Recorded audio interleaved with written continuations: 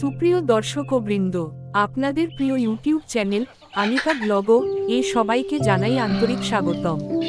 আশা করি আপনারা সবাই ভালো আছেন। আজকের ভিডিওতে আমি আপনাদেরকে দেখাবো আমার নিজের হাতে গড়ে তোলা একটি ছোট্ট পারিবারিক দেশি মুরগির খামার। হয়তো অনেকেই ভাবছেন, মাত্র 3টি মুরগি থেকে কিভাবে 6 মাসের মধ্যে একটি খামারে 120টি মুরগি হলো। ঠিক সেই অভিজ্ঞতাই আমি আপনাদের সাথে শেয়ার করব।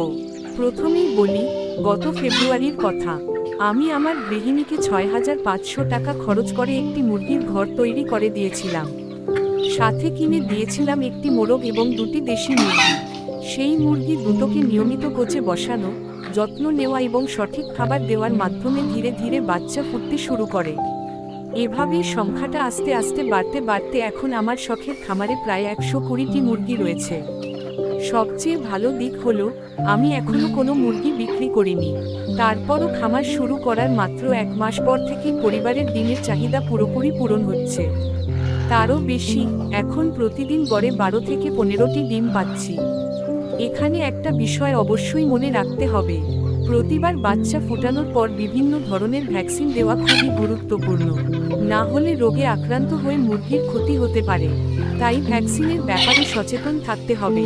প্রিয় দর্শকবৃন্দ, আমার এই ছোট্ট পারিবারিক খামার এখন পরিবারের পুষ্টির চাহিদা মেটানোর পাশাপাশি ভবিষ্যতে আর্থিক লাভের পথ তৈরি করে দিচ্ছে। ডানে ইশারা করা উল্টো হাতের তর্জনী আমার পরবর্তী ভিডিওতে আমি বিস্তারিত আলোচনা করব। মুরগির বিভিন্ন ধরনের ওষুধ ও ভ্যাকসিন সম্পর্কে, কিভাবে পারিবারিক খামারের মাধ্যমে পরিবারের আমিষের চাহিদা পূরণ করা যায় এবং অতিরিক্ত মুরগি ও ডিম বিক্রি করে কিভাবে লাভবান হওয়া যায়। ততদিন পর্যন্ত সবাই ভালো থাকবেন, সুস্থ থাকবেন। আর যদি আমার এই ভিডিও আপনাদের ভালো লাগে, তবে অবশ্যই লাইক, কমেন্ট ও শেয়ার করবেন। ধন্যবাদ সবাইকে। আবার দেখা হবে আগামী ভিডিওতে। সে পর্যন্ত সকলেই ভালো থাকবেন। ধন্যবাদ।